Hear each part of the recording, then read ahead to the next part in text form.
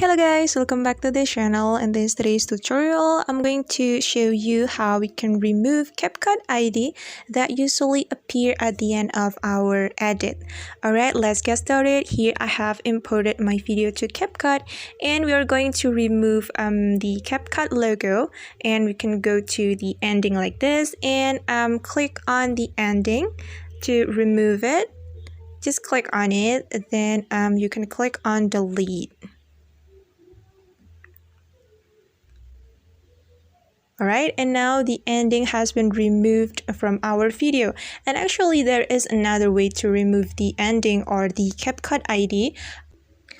Another way to remove the CapCut ID is you have to click on this settings option right here on the CapCut home screen.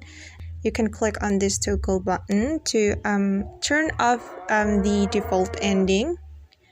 And you can click on Discord right here.